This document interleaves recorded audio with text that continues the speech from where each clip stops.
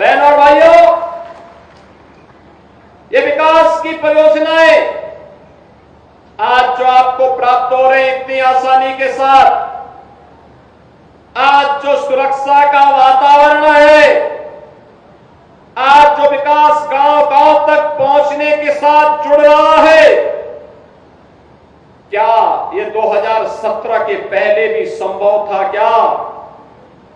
बहनों और भाइयों, 2017 के पहले का उत्तर प्रदेश आप सबसे किसी से भी अछूता नहीं है कि क्या उत्तर प्रदेश के अंदर था,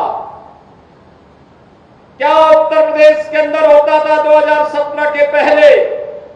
यही उत्तर प्रदेश है जहां पर हर जिले में समाजवादी पार्टी और कांग्रेस के नेतृत्व में पलने वाले माफियाओं की समानांतर सरकारें चलती थी। ये अंबेडकर नगर में भी चलती थी। याद करिए,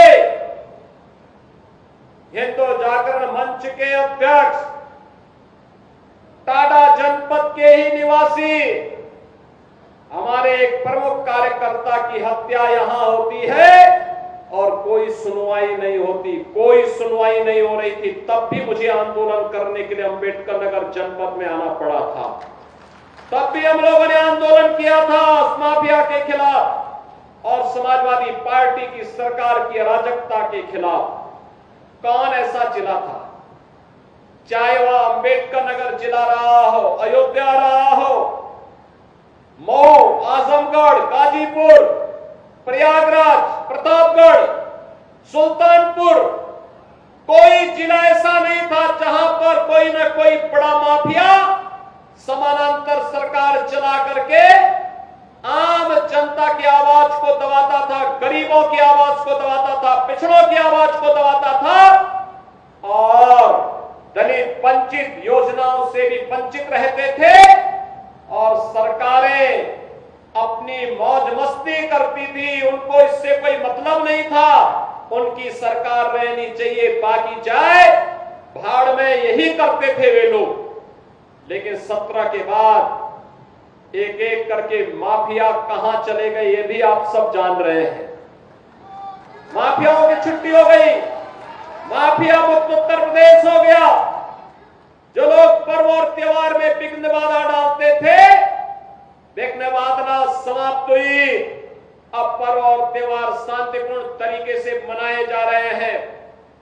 बेटी और व्यापारी की सुरक्षा पर जो खतरा पैदा करते थे वे सभी गायब हो गए और जो बचे हैं वे भी अपनी अंतिम यात्रा की तैयारी कर रहे होंगे।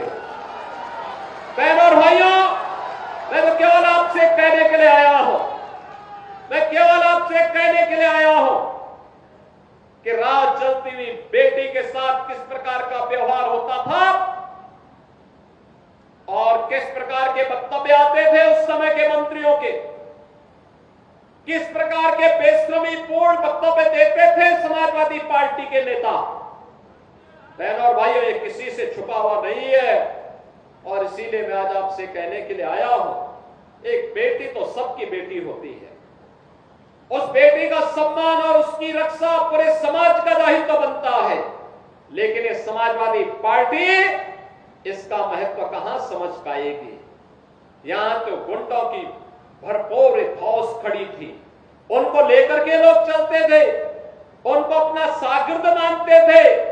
जो जितना बड़ा गुंडा और माफिया होता था, समाजवादी पार्टी में उतना बड़ा ओहदा उसको दे दिया जाता था और समाजवादी पार्टी के लोग इसी में गौरव से बोलते थे कि देखिए ये गुंडा हमारा इस जिले को संभालेगा। उनको नहीं पता था कि जनता लड़ाई लेगी, एक गुंडे और माफिया एक एक करके यमलोक की यात्रा के लिए प्रस्थान कर जाएंगे और जनता जनार्दन के साथ अन्याय का हिसाब चुकता होगा। याद करिए 17 के पहले, याद करिए 17 के पहले पुलिस पहले भागती थी, पीछे पीछे गुंडे दौड़ाते थे। आज 17 के बाद उल्टा हो गया है, अब गुंडा और माफिया भाग रहा है, पुलिस उसको दौड़ा रही है और अगर उसने कहीं कोई दुस्साहस किया तो फिर वहीं पे राम नाम सत्य है, यह भी तय हो जाता है। बहनों और भाइयों, सरकार चलाने के लिए जज्बा चाहिए,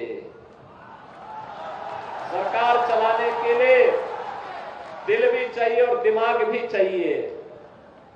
सत्ता वरासत में मिल सकती है, बुद्धि वरासत में नहीं मिलती है।